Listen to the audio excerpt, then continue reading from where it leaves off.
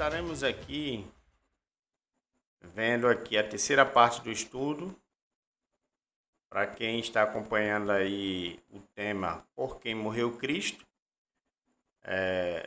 já estudou a parte 1 e a parte 2. Então nós vamos entrar aqui na parte 3 do estudo. Hoje eu estou um pouco estalecido, como diz no Ceará. Estou um pouco querendo resfriar, mas vou tentar aqui passar esse estudo, expor esse estudo para os abençoados. Então, como tema eu falei, Por Quem Morreu Cristo. É a terceira parte. Pega aí seu papel, seu caderno, a caneta e vamos tomar nota aí dos textos, das referências bíblicas que será lida aqui no estudo. Aba. Deixa eu dar tomar um pouco de água. Então vamos começar. Vamos fazer a palavra correr, Que a palavra corra, como está escrito. Essa é a nossa missão de pregar o evangelho, de anunciar a graça e o apostolado a todas as nações. Então vamos aqui começar o texto.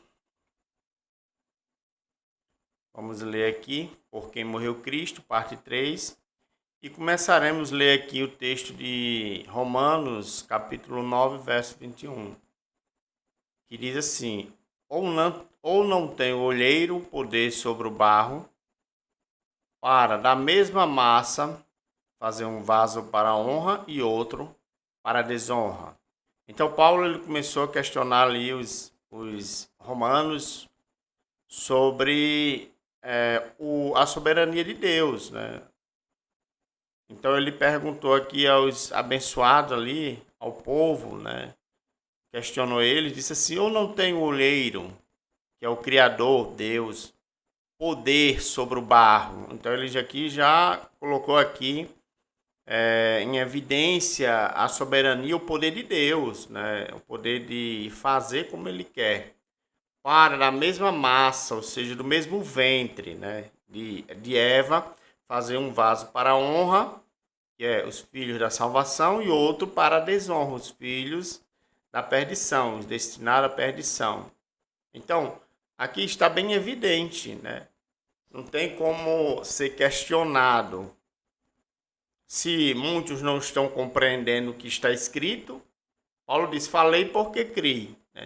Se está escrito aqui, eu não posso torcer a palavra. A única coisa que nós podemos fazer é distorcer o que muitos estão fazendo, torcendo o evangelho,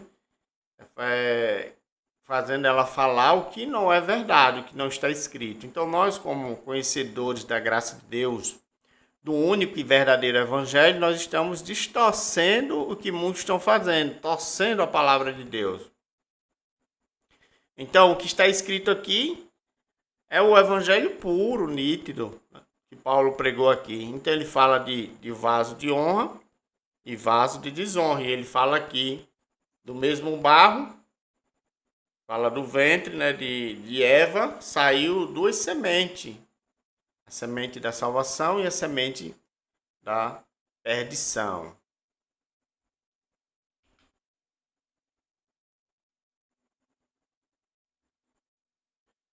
Aqui também, continuando no livro de Romanos, Paulo falando aqui no capítulo 29, verso 22, diz assim: E que direis se Deus, olha, se Deus, querendo mostrar a sua ira, por que Deus criou os vasos de desonra? Para demonstrar a sua ira. Ele diz aqui: querendo mostrar a sua ira e dar a conhecer o seu poder. Então, a finalidade da criação, de ter criado os vasos de desonra, foi esse: mostrar a sua ira e fazer conhecer o seu poder. Suportou com muita paciência o vaso da ira, preparados para a perdição. Então veja, está bem claro o que Paulo está ensinando aqui a Roma, né? Paulo estava falando que existe um vaso de ira que é preparado para a perdição. Está bem claro.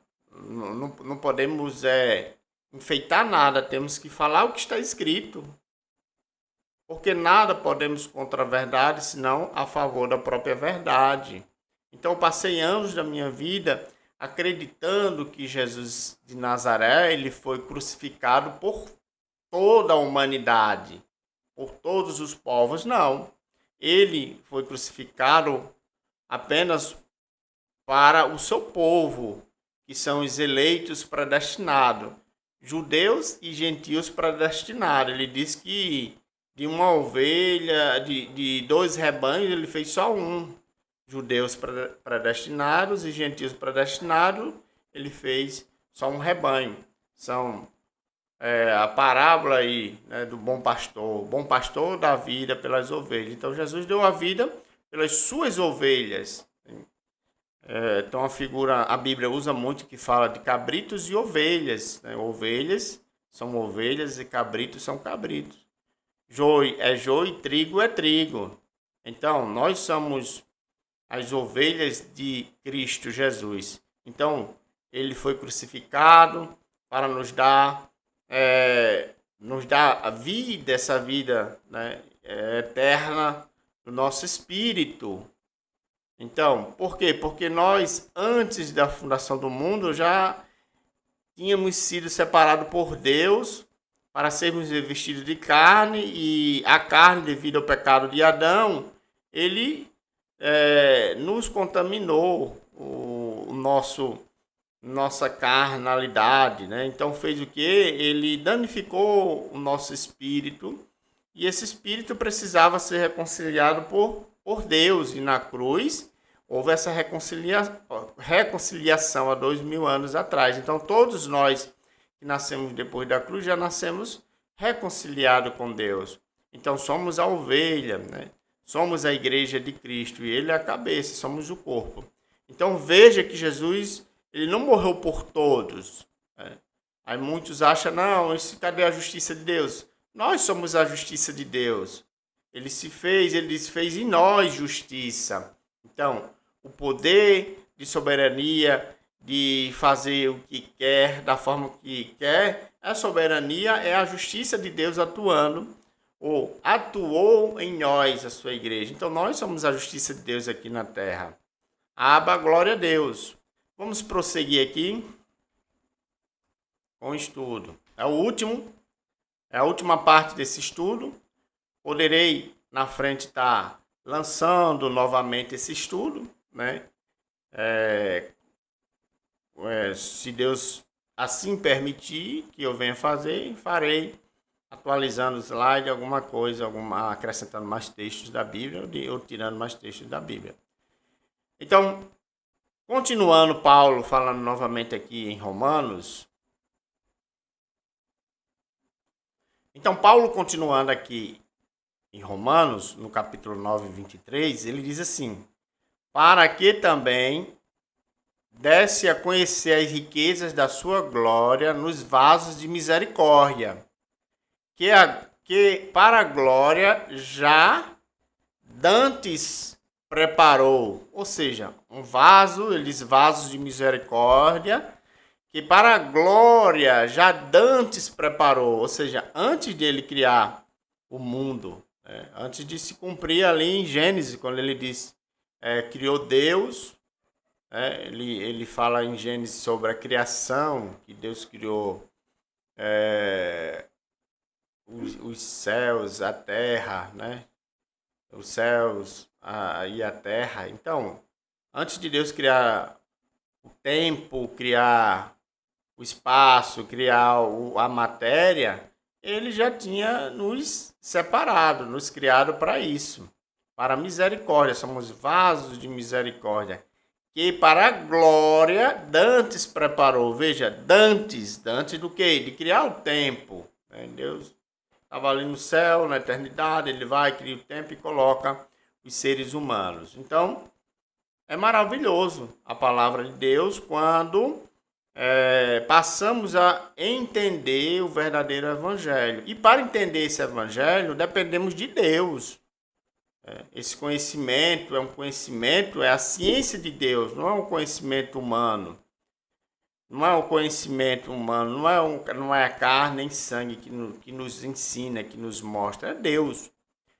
Então é uma verdade que está escrita e por isso que eu estou falando, porque, como Paulo disse, falei porque criei, o entendimento.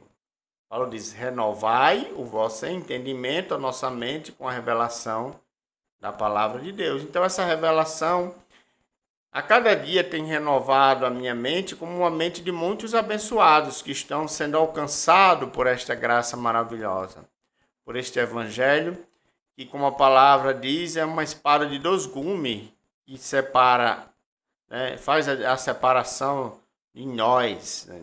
Então, desde já eu agradeço a Deus por esta palavra maravilhosa, por ter tido o privilégio de ter sido alcançado, de ser um predestinado, um eleito, um escolhido do nosso Papai Deus, Abba. Vamos continuar com a palavra aqui. 2 Timóteo, capítulo 1, verso 9. Veja o que Paulo escreveu. Deixa eu só dar uma pausa aqui. Ok. Então, aqui em 2 Timóteo, capítulo 1, verso 9, Paulo diz assim, que nos salvou e chamou com uma santa vocação. Olha, uma vocação. Ele diz que nos salvou e chamou com uma santa vocação. Então, nós somos chamados com o quê? Uma santa vocação, não é qualquer vocação.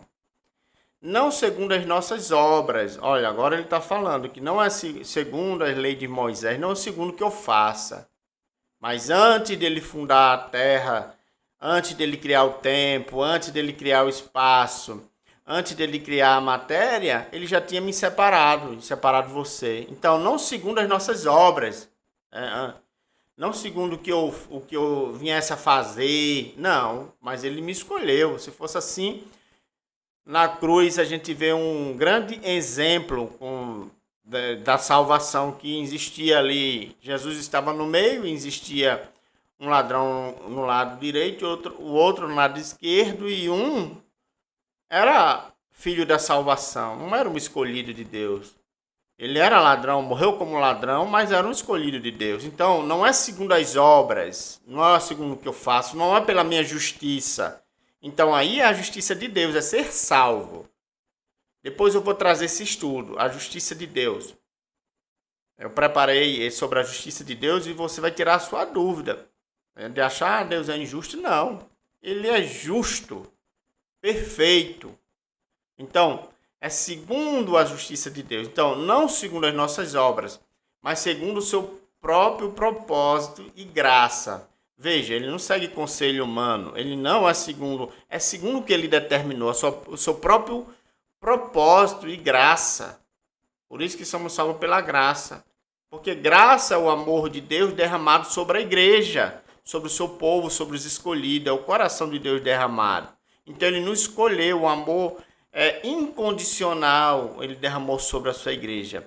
Independente do que eu faça, ele me ama.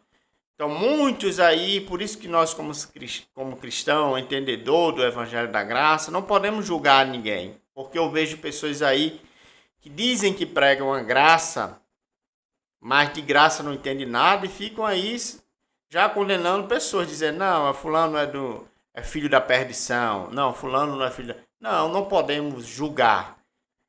A palavra de Deus diz assim, quem és tu para julgar o servo alheio? Então não temos esse direito de julgar. O único que tinha o dom, o poder de discernir quem era filho da perdição foi Jesus de Nazaré. Por isso que ele dizia, por isso que não crê no que está escrito nas escrituras que eu sou filho, porque tu és filho do diabo. Ele tinha o poder de discernir. Ok? Então a gente vê várias referências bíblicas referente a isso na Bíblia.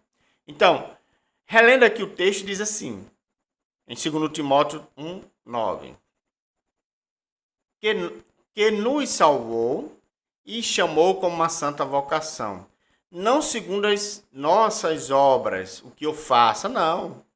Não é segundo o que eu faça de bem ou não. Não podemos julgar ninguém por obras. Ah, fulano é muito caridoso. Ah, fulano fazer o bem. Não, não é por obra. Porque tem pessoas aí que fazem o bem, mas é cruel. Tem uma maldade na sua vida, na sua mente.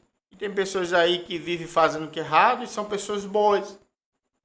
Então não podemos julgar ninguém pelo que faz. Não podemos julgar.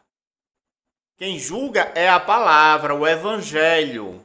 É o tribunal de Cristo. A palavra de Deus está julgando o que ela está fazendo agora. Nós estamos diante do tribunal de Cristo e ela está nos julgando, mostrando a verdade. Então, que nos salvou e chamou com uma santa vocação, não segundo as nossas obras, mas segundo o seu próprio propósito e graça, que nos foi dada em Cristo Jesus antes do tempo dos séculos. O que significa antes do tempo dos séculos? Antes de ser criado o mundo, antes de criar o tempo, antes de ter criado o espaço e antes de ter criado a matéria. Então ele já tinha nos escolhido antes do tempo do século.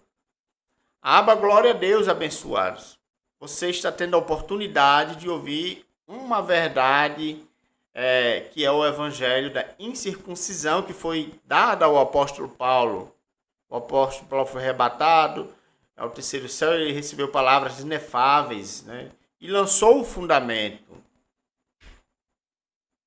Vamos continuar. Aqui em Efésios capítulo 1, verso 5, diz assim: e nos predestinou, veja que ele está falando do quê? De predestinação. E muitos irmãos aí, estão aí tremendo, talvez, de raiva, porque nós pregamos predestinação. Mas por que pregamos e ensinando predestinação? Uma que a predestinação é a vontade de Deus, é o desejo de Deus. E uma que a predestinação, ela é a espinha dorsal do evangelho. Não existe evangelho sem a predestinação. Então, antes dos, como ele diz aqui, antes dos tempos dos séculos, ele já tinha nos separado. Aí é predestinação. Então ele diz aqui, Paulo, e nos predestinou para filhos de adoção. Então veja, ele nos predestinou para filho de adoção por Jesus Cristo para si mesmo, segundo o beneplácito de sua vontade, ou segundo a sua vontade, segundo o seu querer, não o querer do homem, não o meu querer, não o seu querer, mas segundo o querer dele, independente das minhas obras, do que eu faça de bom ou ruim, ele já me separou. Aí muitos dizem assim, não, mas o evangelho que você prega é o evangelho da libertinagem. Não. Infelizmente, quem vive mais em libertinagem é quem não tem o conhecimento da graça de Deus. Por quê? Porque o evangelho da graça de Deus nos faz reinar em vida, ele nos instrui, ele nos dá a luz, ele aclara a nossa vida, ele nos guia em caminhos direitos.